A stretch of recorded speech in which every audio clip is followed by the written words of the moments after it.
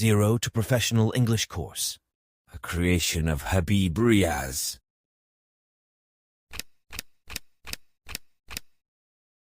English Text Reading and Understanding Practice, Lesson number 17, A Letter to God, Part 2. For a better experience of the course, you should buy our book. Golden English, Intermediate Level 2, 0 to Professional English Guide, a golden gift for English learners. What is inside the book? This book is very beneficial for intermediate level students. It contains part of speech, auxiliary verbs or modals, some additional structure of English sentences, 20 stories for Urdu to English practice, direct and indirect, 20 lessons for English text reading and understanding, 35 lessons for English speaking practice, and many more things. I am sure that my book, Golden English, would be a perfect need for English learners, as this will serve as a complete guide to improve their English skills, starting from zero knowledge to advanced levels. Especially translation, English text understanding, and speaking skills, whether starting from zero knowledge to advanced levels. Error is human nature, so if you notice any mistakes in the book, please do not hesitate to inform me. I would be grateful for this act of kindness.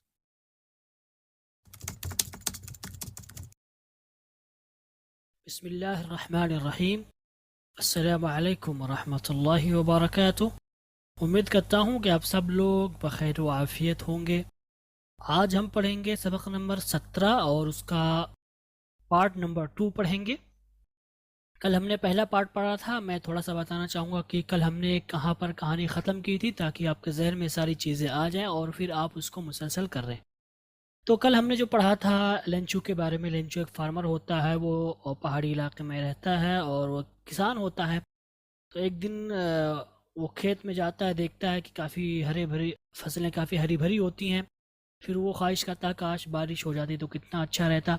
फिर उसी दरमियान वो देखता है बादलों को। फिर क्या देखता है कि वाकई में बादल आ रहे हैं, गोया कि उसे ये अंदाज़ा हो जाता है या उसे एहसास हो जाता है कि अब बारिश होने वाली है। चुनांचे वो आकर अपनी बीवी को बताता है कि उम्मीद है कि आज बारिश। उसकी बीवी भी दुआ करती है कि अल्लाह करे हो जाए बारिश। चुनांचे ऐसा ही होता है कि थोड़ी देर के बाद बादल आ जाते हैं नॉर्थ ईस्ट में, शिमाल मशरिक में, और फिर बारिश होने लगती है। लेंचू बहुत ज़्यादा खुश होता है और बहुत ज़्यादा खुश होता है, उसके बच्चे भी खुश होते हैं। लेंचू इतना ज़्यादा खुश होता है कि वो कहता है कि ये बारिश नहीं है बल्कि ये चांदी के सिल्वर गिर रहे हैं। लेकिन कुछ देर बाद फिर वो देखता है कि अरे ये तो बारिश नहीं है बल्कि ये तो पत्थर गिर रहे हैं। अगर ये और फिर वो कहता है कि अगर ये बारिश ना रुकी तो हम बर्बाद हो जाएंगे। लेकिन मसला वही होता है कि बारिश काफ़ी देर तक चलती है और जब बारिश रुकती है तो क्या देखता है कि पूरी की पूरी वादी, घर, खेत सब जो है पत्थरों से, यानी जो उजाला बारी होती है उससे ढक जाते हैं। सफ़ेद चादर जैसा हो जाता है वहाँ पर। ओके, फिर वो बहुत अफसोस करता है। फिर सोचता है, अपने बच्चों को बुलाता है कि अब क्या किया जाए, अब तो जो है हम जो है भूखे मरेंगे, हमारे पास खाने के लिए कुछ नहीं है। ओके, लेकिन उसके अंदर एक उम्मीद पैदा होती है। वो उम्मीद होती है कि अल्लाह ताला ज़रूर मदद करेगा, और वो एक स्टेटमेंट भी देता है लोगों का कि अ हेल्प फ्रॉम गॉड, यानी अल्लाह की तरफ से मदद ज़रूर आएगी। तो यहीं पर हमारी कहानी ख़त्म हुई थी कल, और अब हम इसी को मुसलसल करेंगे। देखते हैं आगे क्या हुआ। तो चलिए शुरू करते हैं पार्ट नंबर 2। ओके गाइस, हम इसको लेते हैं और देखते हैं कि क्या बात हुई फिर आगे। कह रहे all through the night. All through the night का क्या मतलब होगा? पूरी रात। Lencho thought only of his one hope. Lencho ने सोचा सिर्फ और सिर्फ अपनी एक ही उम्मीद के बारे में। ओके, तो ये लफ्ज़ी तर्जुमा हुआ। अब उसको जब हम सलासत के साथ बोलेंगे तो बोलेंगे पूरी रात लेंचो जो है अपनी एक ही उम्मीद के बारे में सोचता रहा। यह माना आप कर सकते हैं, सोचता रहा के माने में ला सकते हैं। अगरचे पैटर्न जो है वो सोचा ही है, सही है अगर आप तर्जुमा करते हैं, लेकिन इसको हम सोचता रहा भी कह सकते हैं। क्या? द हेल्प ऑफ गॉड, क्या उम्मीद? अल्लाह की तरफ से मदद। अल्लाह की मदद यानी अल्लाह की तरफ से मदद। Okay, whose eyes as he had been instructed see everything। whose eyes का ताल्लुक गॉड से है और as he had been instructed का ताल्लुक लेंचो से है, और see everything का ताल्लुक eyes से है। यानी कि उस अल्लाह की तरफ से उम्मीद, मदद की उम्मीद। whose eyes see everything, जिसकी आंखें हर चीज को देखती हैं। as he had been instructed, यानी कि जैसा कि लेंचो को इसकी तालीम दी गई थी। ठीक है, यानी लेंचो को बताया गया था कि अल्लाह ताला सारी चीज़ों को देखता है। तो लेंचो को दी गई तालीम, जो तालीम दी गई थी, उसके एतबार से लेंचो जो है उस अल्लाह की तरफ से मदद की उम्मीद लगाए हुए बैठे था, जिसकी आंखें हर एक चीज़ को देखती हैं, यानी जो अल्लाह हर चीज़ को देखता है, या जो अल्लाह हर चीज़ पर नज़र रखता है। तो लफ्ज़ी तर्जुमा करने के बजाय जिसकी आंखें देखती हैं, अगर हम कहें जिसे जो है उस अल्लाह से मदद तलब की जो हर चीज़ को देखता है, जिसकी नज़र हर चीज़ पर होती है, तो ये ज़्यादा अच्छा होगा। ओके, आगे कह रहे हैं even what is deep in one's conscience. तो इवन का ये जो जुमला है, जुमले का जो हिस्सा, इसका ताल्लुक अल्लाह से है। इवन यानी अल्लाह ताला या उसकी आंखें उस चीज़ को भी देखती हैं। व्हाट इज डीप, जो अंदर होता है, कहाँ पर? इन वन कॉन्शियंस, एक इंसान की ज़मीर में, यानी एक इंसान के क्या चीज़ एहसास करता है, वो क्या सोच रहा होता है, उसको भी अल्लाह ताला जानता है, उस पर भी अल्लाह की नज़र होती है। ये कह रहे हैं इसमें। आगे कह रहे हैं Lencho was an ox of a man. Lencho was an ox of a man working like an animal in the fields but still he knew how to write. तो कहेंगे Lencho was an ox of a man, लफ्जी तर्जुमा होगा कि Lencho जो है वो एक आदमी का बैल था, यानी एन ऑक्स ऑफ मैन का मतलब होता है बहुत ज़्यादा मेहनती आदमी। ठीक है, तो इसको हम कहेंगे Lencho was an ox of man, लफ्जी तर्जुमा कि लेंचो एक आदमी का बैल था, यानी लेंचो बहुत ज़्यादा मेहनती था। वर्किंग लाइक एन एनिमल, अब इसकी लेंचो की सिफत बता रहे हैं। वर्किंग जो कि काम करता था, लाइक एन एनिमल एक जानवर की तरह, इन द फील्ड्स खेतों में। ठीक है, बट लेकिन स्टिल फिर भी, यानी वो मेहनती था जब खेतों में ही काम करता था, लेकिन फिर भी ही न्यू हाउ टू राइट, वो जानता था कि कैसे लिखा जाए। ही न्यू, वो जानता था, हाउ टू राइट, कैसे लिखा जाए। ये लफ्जी तर्जुमा हुआ, लेकिन जब इसको अच्छे अंदाज में बोलेंगे तो बोलेंगे I know how to write, मैं लिखना जानता हूँ। तो यहाँ पर वही होगा, he knew how to write, वो लिखना जानता था। Working like animal in the fields, गर्चे वो खेतों में काम करता था, बट स्टिल लेकिन फिर भी ही न्यू हाउ टू राइट, वो लिखना जानता था। द फॉलोइंग संडे, अगले इतवार को, एट डे ब्रेक, सुबह सवेरे, he began to write a letter, आसान सा जुमला है, उसने एक खत लिखना शुरू कर दिया। Which he himself could carry to town and place in the mail. अब ये विच का ताल्लुक किससे है? लेटर से है। और विच इसका इस्तेमाल कब करते हैं? रिलेटिव प्रोनाउन में गैर जानदार के लिए, राइट? तो इसलिए यहाँ पर हमने विच इस्तेमाल किया। तो वो एक खत लिखने लगा, विच जिसे he himself would carry, carry का मतलब होता है कोई चीज़ लेकर जाना कहीं पर। ओके, तो जिसे ही हिमसेल्फ वुड कैरी, वो खुद लेकर जाएगा, कहाँ पर? टू टाउन, शहर में, and place in the mail, और वो उसे मेल में डालेगा, यानी खुद लेकर जाएगा और मेल में उसे डाल देगा शहर में। ओके, क्लियर है? It was nothing less than a letter to God. It was nothing, ये नहीं था, लेस कम, देन बिलमुकाबिल, अ लेटर टू गॉड, अल्लाह को एक ख़त। तो लफ्ज़ी तर्जुमा होगा कि ये अल्लाह को एक ख़त के बिलमुकाबिल कुछ नहीं था। ये आपका लफ्ज़ी तर्जुमा हुआ, लेकिन इसको हम अच्छे अंदाज में जब कहेंगे उर्दू में तो बोलेंगे it was nothing less than letter a god, ये सिर्फ अल्लाह को एक ख़त था, यानी उसने अल्लाह को एक ख़त लिखा था, ये माना है। गॉड ही रोट, असल में ही रोट, उसके बाद यहाँ से इसकी शुरू होती है बात, गॉड इफ़ यू डोंट, लेकिन एक ताबीर इस तरह इस्तेमाल कर देते हैं, गॉड अल्लाह, ही रोट उसने लिखा, यानी ही रोट उसने लिखा, God Allah, if you don't help me, अगर आप मेरी मदद नहीं करते हैं, ये लफ्ज़ी तर्जुमा हुआ। My family and I will go Hungary this year, मेरा ख़ानदान या मेरी फैमिली और मैं इस साल भूखे रहेंगे। तो यहाँ पर अगर आप मेरी मदद नहीं करते हैं तो मेरी फैमिली और मैं इस साल भूखा रहूँगा, ये लफ्ज़ी तर्जुमा हुआ। लेकिन यहाँ पर ये शर्तिया जुमला है, अगर तुमने मेरी मदद नहीं की, ए अल्लाह अगर तुमने मेरी मदद नहीं की। शर्तिया में इसी तरह बोलते हैं ना, if you do not help me, अगर तुमने मेरी मदद नहीं की, my family and I will go Hungary this year, तो मैं और मेरा जो ख़ानदान है वो भूखा रहेगा। देखते हैं यहाँ पर शर्तिया जुमला, ये शर्त है और ये मशरूत है, और ये आपका प्रेजेंट में है और ये आपका फ्यूचर में है, राइट। आगे उसने क्या लिखा, उसने लिखा आई नीड 100 पेसोज, आई नीड मुझे ज़रूरत है 100 पेसोज, एक यानी 100 पैसों की। किस लिए, इन ऑर्डर टू का मतलब के लिए होता है, okay.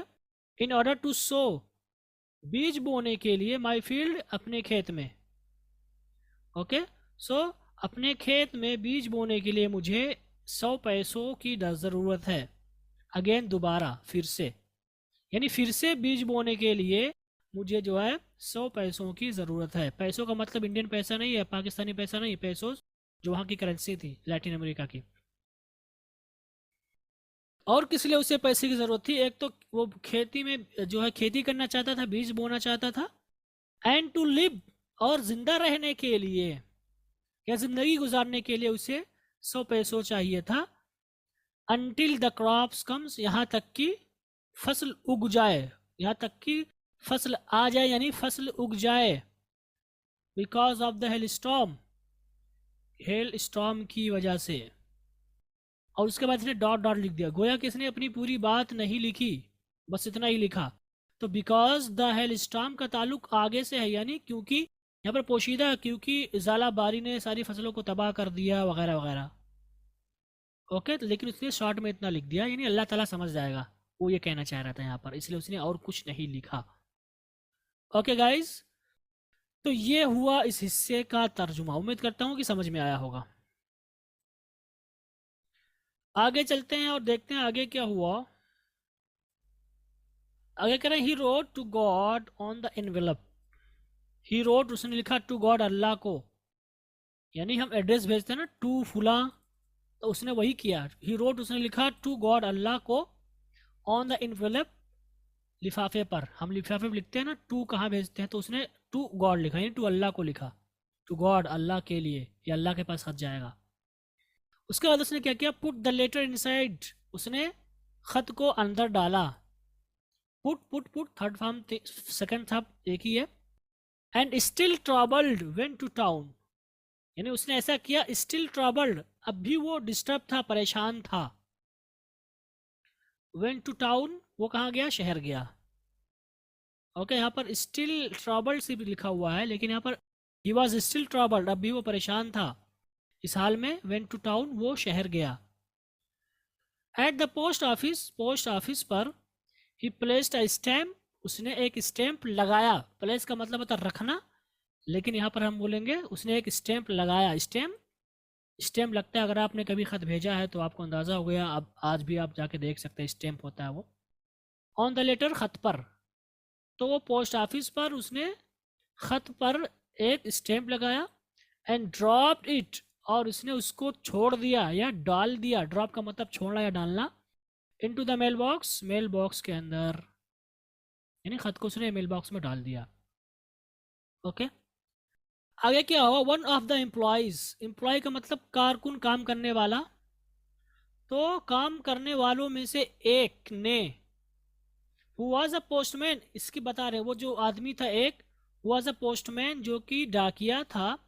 And also helped at post office, and also helped, और जो है पोस्टमैन था और वो मदद भी करता था, ओके। एंड वाज हेल्प्ड, और उसकी मदद की जाती, आल्सो हेल्प यानी वो मदद भी करता था। एट द पोस्ट ऑफिस में।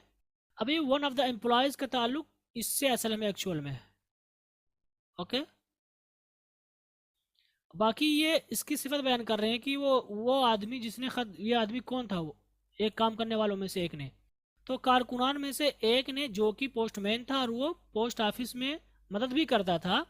वेंट टू हिज बॉस, ये असल में एक एम्प्लॉई कहाँ गया, वेंट टू हिज बॉस, वो अपने मालिक के पास गया, अपने जो है सर के पास गया, अपने बॉस के पास गया।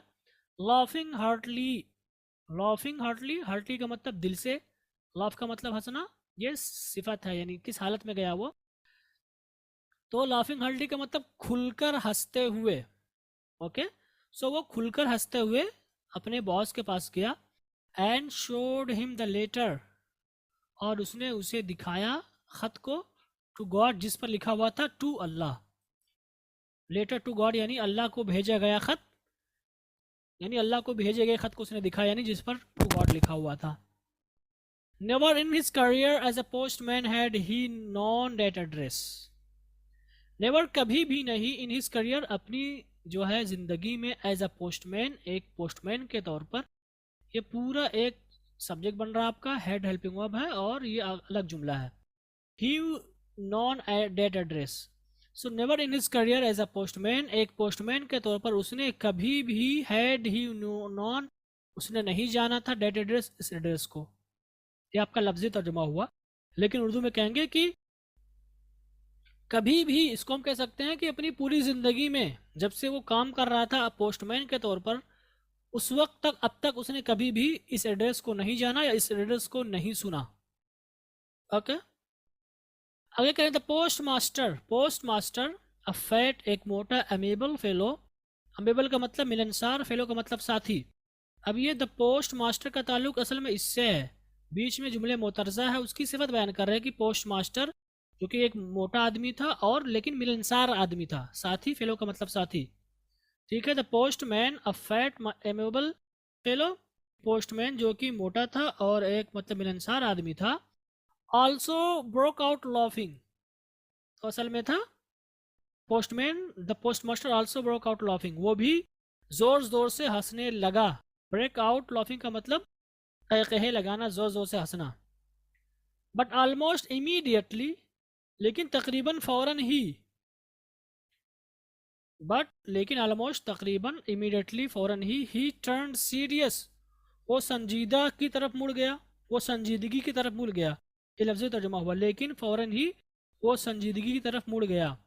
And tapping the letter on his desk commented, and और टैपिंग द लेटर, टैप का मतलब होता है रखना, थपथपाना। Tapping the letter on his desk, अपने डेस्क पर खत को मारते हुए, कमेंटेड, उसने कमेंट किया। व्हाट फेथ, क्या यकीन है, यानी व्हाट अ फेथ, क्या यकीन है।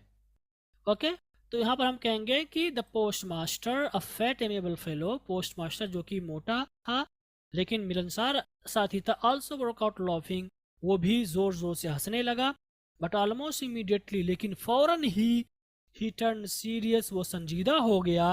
And tapping the letter on his desk, और अपने मेज पर खत को रखते हुए, या खत को रखते हुए ही कहेंगे, कमेंटेड, उसने तालीक चढ़ाई, उसने तबसरा किया, क्या, व्हाट फेल्ट, की कितना ही, क्या यकीन है यार, ये क्या भरोसा है यार ये। ओके, आई विश, काश, I had the faith of the man. I wish का अगर लफ्ज़ी तर्जमा करेंगे तो बोलेंगे मैं उम्मीद करता हूँ या मैं ख्वाहिश करता हूँ, लेकिन हम बोलते हैं काश, काश में वही चीज़ आ जाती है, काश ऐसा होता। ओके, सो आई विश, काश, I had the faith of the man, I had the faith of the man, कि मेरे पास भी इस आदमी जैसा यकीन होता। लफ्ज़ी तर्जुमा होगा I had the faith of the man, कि मेरे पास था इस आदमी का यकीन। इस आदमी का यकीन का मतलब इस आदमी जैसा यकीन, यानी जिस तरह से ये यकीन रखता है, काश मेरे पास भी वही यकीन होता, यानी वही यकीन मेरे पास भी होता, वही एतमाद दिया, वैसे मैं भी यकीन करता। कौन सा आदमी, हु रोट दिस लेटर, जिसने इस खत को लिखा है। ओके, तो जिस आदमी ने इस खत को लिखा है, काश उस जैसा यकीन मेरे पास भी होता, या उसके जैसा यकीन मेरे पास भी होता। Okay, starting up a correspondence with God. Correspondence का मतलब होता है मुरासला, यानी आप जो लिखते हैं, ठीक है, उसको बोलते हैं मुरासला निगारी। सो स्टार्टिंग अप, शुरू करते हुए, आ करस्पोंडेंस विद गॉड, अल्लाह ताला के साथ मुरासला निगारी को, यानी जहाँ कुछ आप भेजते हैं, तो इसमें लफ्ज़ी तर्जुमा हुआ कि शुरू करते हुए जो है अल्लाह रब्बुल आलमीन के साथ मुरासला निगारी को, यानी कि उस आदमी ने जो है डायरेक्टली अल्लाह के साथ ही लिखना शुरू कर दिया, यानी उसने अल्लाह को ही ख़त लिख दिया, यह मतलब है यहाँ पर। ओके गाइज, तो उम्मीद करता हूँ कि इससे भी आपके समझ में आया होगा। आगे चलते हैं और देखते हैं आगे क्या हुआ। ओके गाइस, आगे हम इस पूरे हिस्से को लेते हैं।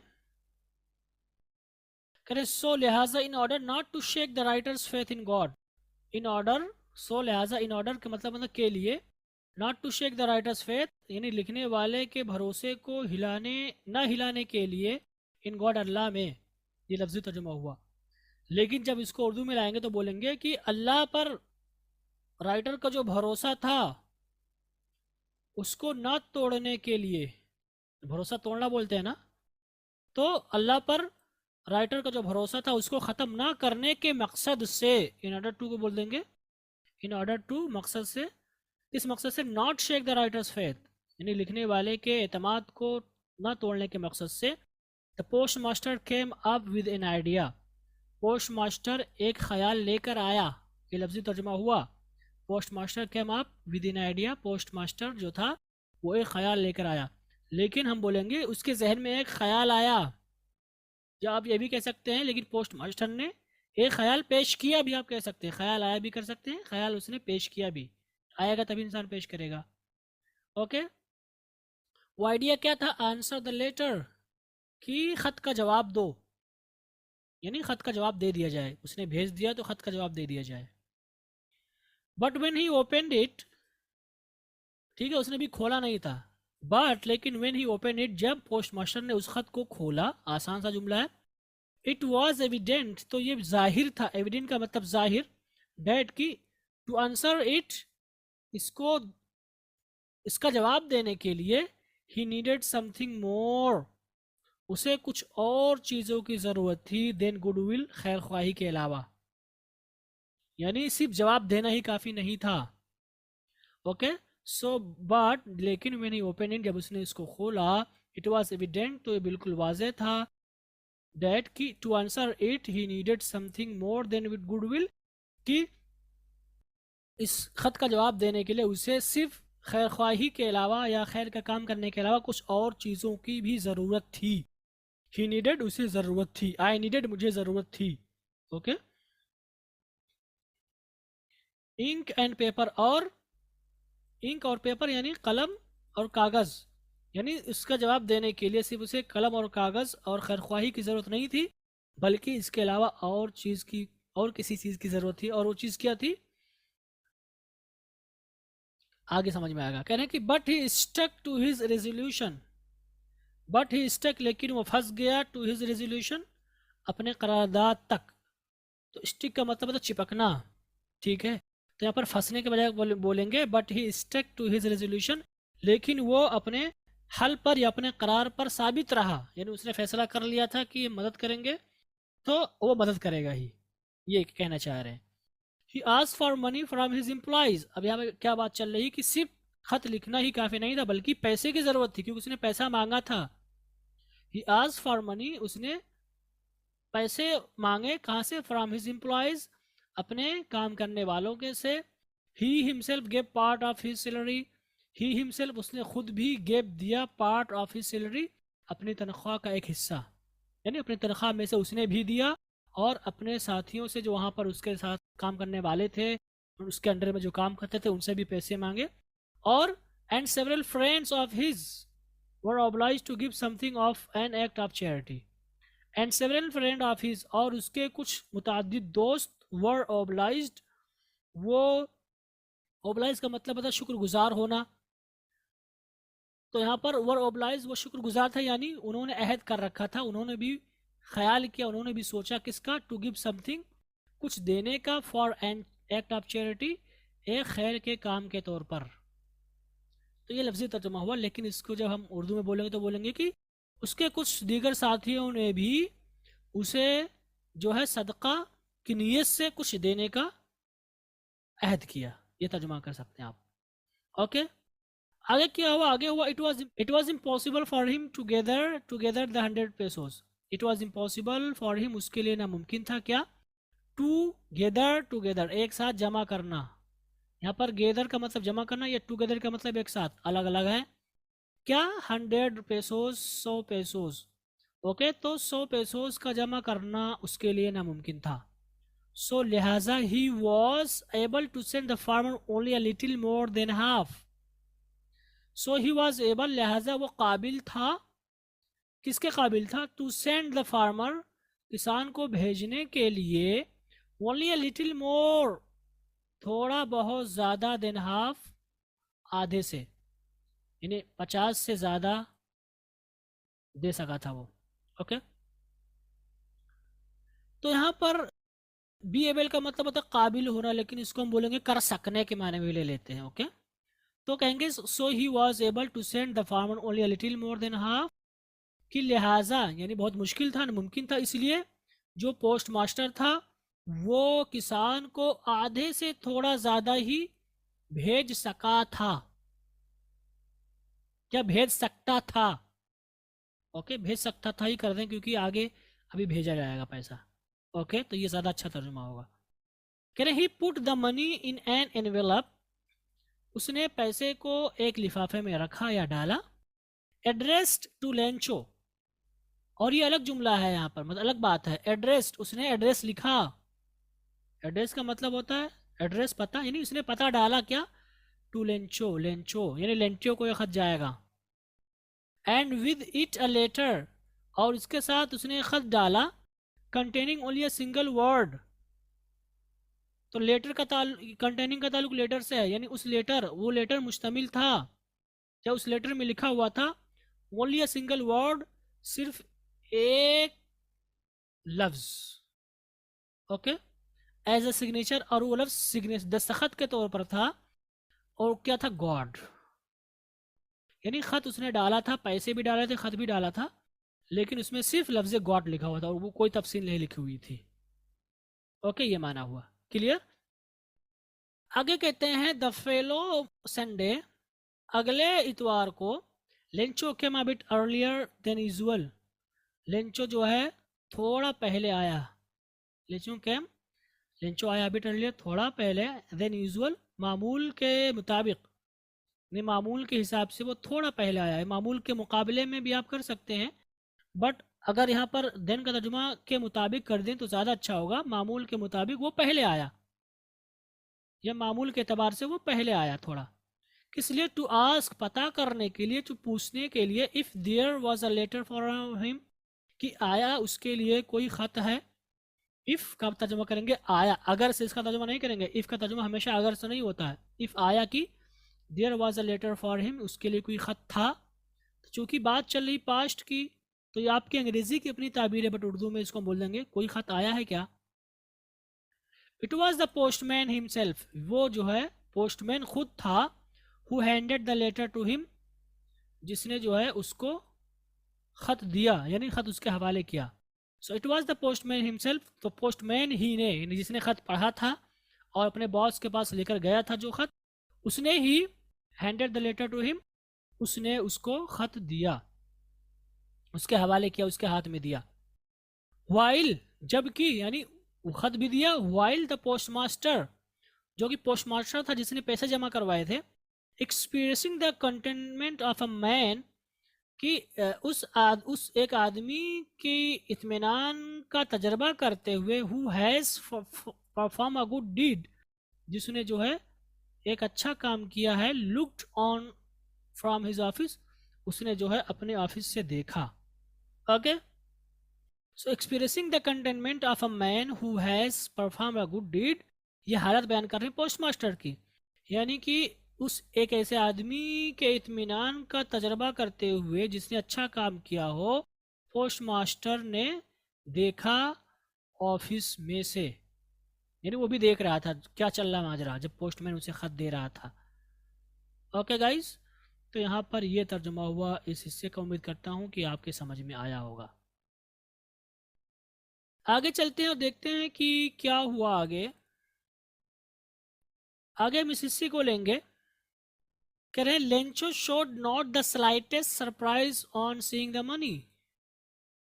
कह रहे लेंचो शोड नॉट, लेंचो ने नहीं दिखाया है, ये लेंचो ने जाहिर नहीं किया, द स्लाइटेस्ट सरप्राइज, थोड़ी सी भी हैरानी, कहाँ पर, ऑन सीइंग द मनी, पैसे देखने पर। तो यहाँ पर लफ्ज़ी तर्जुमा, पैसे देखने पर लेंचो ने ज़रा सी भी हैरानी जाहिर नहीं की, लेकिन उर्दू में बोलेंगी पैसे देखकर, ऑन सीइंग द मनी, पैसे देखकर जो है लेंचो ने जरा सी भी हैरानी जाहिर नहीं की।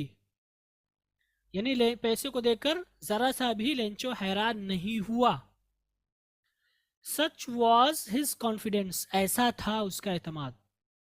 ठीक है, तो जब उसको उर्दू में लाएंगे और सलासत के साथ बोलेंगे तो बोलेंगे कि जो है लेंचू का एतमाद इस कदर था कि पैसे देखकर उसने ज़रा भी हैरानी जाहिर नहीं की। यानी जाहिर सी बात है, हम कोई अजीब काम करें और वो कबूल हो जाए तो हम हैरान हो जाते हैं, ये कैसे हो गया, इम्पॉसिबल से पॉसिबल कैसे हो गया, हम ऐसा सोचते हैं ना। लेकिन लेंचो जो है उसने अल्लाह को डायरेक्टली ख़त लिखा और ये इम्पॉसिबल है कि अल्लाह ताला के पास ख़त जाए और अल्लाह ताला पैसे भेजे। लेकिन अगर हमारे साथ ऐसा हो जाए तो हम हैरत में पड़ जाएंगे, हैरानी का इजहार करेंगे। लेकिन लेंचो ने ऐसा कुछ नहीं किया, मतलब उसे यकीन था कि अल्लाह ताला ही ने पैसे भेजे हैं, अल्लाह के पास मेरा खत पहुंच गया था। यहाँ पर वही कह रहे हैं। आगे क्या हुआ, बट लेकिन ही बिकेम एंग्री, वो गुस्सा हो गया। व्हेन, जब ही काउंटेड द मनी, जब उसने पैसे गिने। कह रहे हैं कि God could not have made a mistake, God could not have made a mistake, कि अल्लाह ताला गलती नहीं कर सकता था। Nor could he have denied Lencho, और ना ही अल्लाह ताला जो है लेंचो को मना कर सकता था। व्हाट ही हैड रिक्वेस्टेड, किस चीज़ से, जिस चीज़ का उसने मुतालबा किया है। तो ये लफ्ज़ी तर्जुमा हुआ मुतालबा किया है, नहीं लफ्ज़ी तर्जुमा होगा मुतालबा किया था, क्योंकि ये कहानी इंग्लिश में है, इसका अपना पैटर्न है तो उसने वही फॉलो किया है। बट उर्दू में बोल देंगे तो उसको हम ऐसे ही बोलेंगे। ठीक है, लेंचो ने जब पैसे गिने तो उसे गुस्सा हो गया, क्योंकि अल्लाह ताला गलती नहीं कर सकता है, उसका ये मानना था।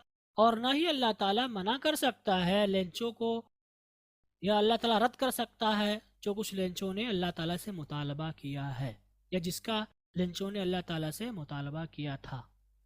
ओके, ये आपका तर्जुमा हुआ इस हिस्से का। अब आगे चलते हैं और इस हम पूरे हिस्से को लेते हैं, देखते हैं कि इसमें क्या बात की गई है।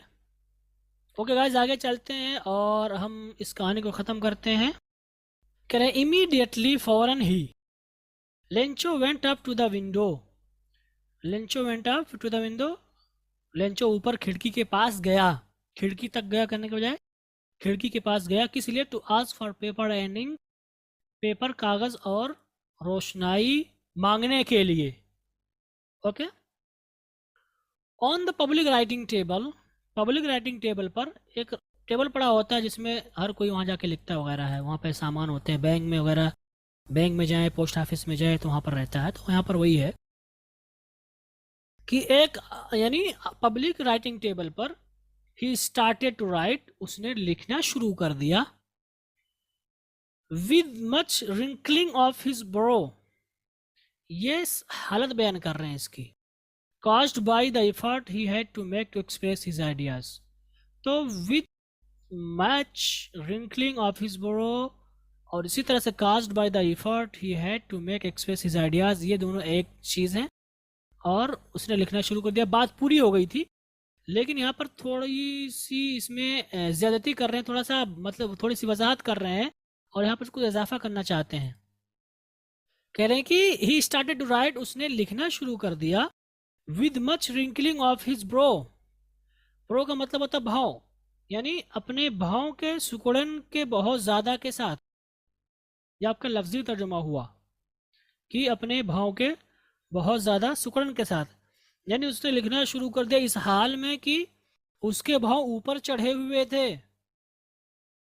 और वो भाव के ऊपर चढ़े हुए थे, आगे बता रहे हैं कास्ड बाय द इफर्ट, ये जो भाव ऊपर चढ़ गए थे, ये काज बाई का मतलब की वजह से होना, तो ये जो हुआ था उस मेहनत की वजह से हुआ था। ही हैड टू मेक, जो जिसको उसे करना था, मेक एफर्ट का मतलब मेहनत करना, किस लिए, टू एक्सप्रेस हिज आइडियाज, उसके अपने ख्यालात का इजहार करने के लिए। So with the much wrinkling of his bro, इस हाल में उसने लिखना शुरू कर दिया कि उसके भाव ऊपर चढ़े हुए थे, और ये जो भाव ऊपर चढ़े हुए थे उस मेहनत की वजह से हुए थे जिसे जो है लेंचो कर रहा था अपने ख्यालात का इजहार करने के लिए। ओके, व्हेन ही फिनिश्ड, जब उसने लिख लिया, यानी जब उसने ख़त्म कर लिया, यानी लिखकर उसने ख़त्म कर लिया, यानी उस लिखकर हो गया। He went to the window, वो खिड़की पर गया, खिड़की तक गया यानी खिड़की पर गया। टू बाय अ स्टैम्प, एक स्टैम्प खरीदने। विच ही लिक्ड, जिसने जो है उसे चाटा यानी उसने थूक लगाना, ठीक है। लिक का मतलब होता है चाटना यानी थूक लगाना। And then fix to the envelope, और उसने उसे इनवेलप में लगा दिया, फिक्स कर दिया। कैसे? With a blow of his fist, fist का मतलब होता है मुट्ठी, ब्लो का मतलब मार, में with a blow of his fist, अपनी मुट्ठी की एक मार से। ब्लो ऑफ हिज फिस्ट का मतलब मुट्ठी की मार, यानी मुट्ठी से ठोक कर, हम इसका तर्जुमा करेंगे। और उसने पहले क्या किया, उसने पहले उसमें थूक लगाया और फिर उसने अपनी मुट्ठी या अपने मुक्के की ठोक से या अपने मुक्के से मारकर उसको लिफाफे में चिपका दिया। ये तर्जुमा होगा। ओके, आगे कह रहे हैं the moment the letter fell into the mailbox, the moment वो लम्हा, the letter fell into the mailbox, जिस लम्हा खत जो है मेल बॉक्स में गया। The postmaster went to open it, तो पोस्ट मास्टर उसे खोलने के लिए गया। तो the moment the letter fell into the mailbox का हम तर्जुमा करेंगे उर्दू में कि जूं ही या जैसे ही या जिस लम्हे ही वो जो है ख़त जो है मेल बॉक्स में गया। The postmaster went to open it, postmaster उसे खोलने के लिए गया। इट सेड, इसने कहा, ये लफ्ज़ी तर्जुमा हुआ यानी ख़त ने कहा। लेकिन इसको जब हम अपने अल्फाज में लाएंगे उर्दू में तो बोलेंगे कि ख़त में लिखा गया था या ख़त में लिखा हुआ था या ख़त में ये बात कही गई थी। इट सेड का लफ्ज़ी तर्जुमा होगा ख़त ने कहा, लेकिन जब उर्दू में आएंगे तो बोलेंगे कि ख़त में ये बात कही गई थी। ओके, या ख़त में ये लिखा था, क्या लिखा था या क्या बात कही गई थी। आगे कह रहे हैं God, Allah, of the money that I asked for, of the money यानी पैसे के बारे में, डेट आई आस्क्ड फॉर जिसका मैंने मुतालबा किया है, यानी वो पैसा जिसको मैंने आपसे मांगा था। ओनली 70 pesos reached me, सिर्फ 70 पैसे ही मुझे पहुंचे हैं। आगे क्या लिखा था उसने, send me the rest, rest का मतलब होता है आराम करना, बकिया भी होता है, बकिया बाकी बचा हुआ। सेंड मी द रेस्ट, मुझे बकिया भेजो। सिंस, क्योंकि, सिंस का मतलब से भी होता है, चूंकि भी होता है, क्योंकि भी होता है। I need it very much, I need it मैं चाहता हूँ इसे, वेरी मच बहुत ज़्यादा, यानी मुझे इनकी बहुत ज़्यादा ज़रूरत है। But don't send it to me, देखें इंपरेटिव सेंटेंस से नेगेटिव में, लेकिन आप मुझे इसको ना भेजें थ्रू द मेल, मेल के ज़रिए मुझे भेज दें, लेकिन इसे मेल के ज़रिए ना भेजें। बिकॉज, क्योंकि द पोस्ट ऑफिस एम्प्लॉयज़, यानी पोस्ट ऑफिस में काम करने वाले लोग, एम्प्लॉय का मतलब काम करने वाला, एम्प्लॉयज़ काम करने वाले या काम करने वाले लोग। और a bunch of crooks, crooks का मतलब होता है धोखेबाज, बदमाश। ओके, सो कह रहा है क्योंकि पोस्ट ऑफिस पर में जो काम करने वाले हैं, और अ बंच, बंच का मतलब होता है गुच्छा ऑफ क्रूक, क्रूक यानी बदमाशों के गुच्छे हैं, यानी जो है बदमाशों के मजमुए हैं, यानी इनका पूरा ग्रुप जो है बेईमान है, यह कहना चाह रहा। क्योंकि जो है पोस्ट ऑफिस में काम करने वाले जो लोग हैं ये पूरे के पूरे क्या हैं, बेईमान हैं। लेंचो, उसने आखिर में लिखा था, लेंचो अपना नाम लिखा था, जैसे आप कोई ख़त लिखते हैं या आपने लिखा फिर आखिर में हबीब लिख दिया या शगुफ्ता लिख दिया या समीर लिख दिया या आयशा लिख दिया, जो भी यहाँ पर आप लिखते हैं तो उसने वही अपना नाम लिखा, यानी ये ख़त जो है लेंचो की तरफ से आया, लेंचो ने ये बात कही है। ओके गाइस, तो ये कहानी है। इसमें जो बात की गई है वो भरोसे की, यकीन की और एतमाद की बात की गई है कि इंसान जब अल्लाह पे भरोसा कर लेता है तो फिर जो है वो उसको जब वो चीज़ मिल जाती है, चाहे जिस पर उसने भरोसा किया है डायरेक्टली वही दे या ना दे, लेकिन फिर भी इसमें भरोसे की बात की गई है। जैसा कि जब उसने पैसा पाया तो उसे ऐसा कुछ नहीं हुआ कि चलो मेरे पास कहाँ से पैसा आ गया, अल्लाह ताला कैसे दे सकता है, उसे भरोसा था कि अल्लाह ताला देगा। उसने ज़रा से भी हैरानी जाहिर नहीं की। एक सबक इसमें ये हमें मिलता है कि हमें इंसान की मदद करनी चाहिए, ख़ास तौर पर अगर कोई हम पे भरोसा कर रहा हो या किसी और पर भरोसा कर रहा तो हमें उसका भरोसा नहीं तोड़ना चाहिए। बहुत बड़ी चीज़ है कि कभी भी याद रखें ज़िंदगी में, कभी भी किसी का भरोसा ना तोड़ें। ओके, तो इन्हीं के साथ ये हमारा आज का सबक ख़त्म हुआ। उम्मीद करता हूँ कि आपके समझ में आया होगा। अब इन्हीं कलिमात के साथ आपसे रुखसत होते हैं। इंशाल्लाह हमारी मुलाकात अगले सबक में होगी। वस्सलामु अलैकुम वरहमतुल्लाहि वबरकातुहू।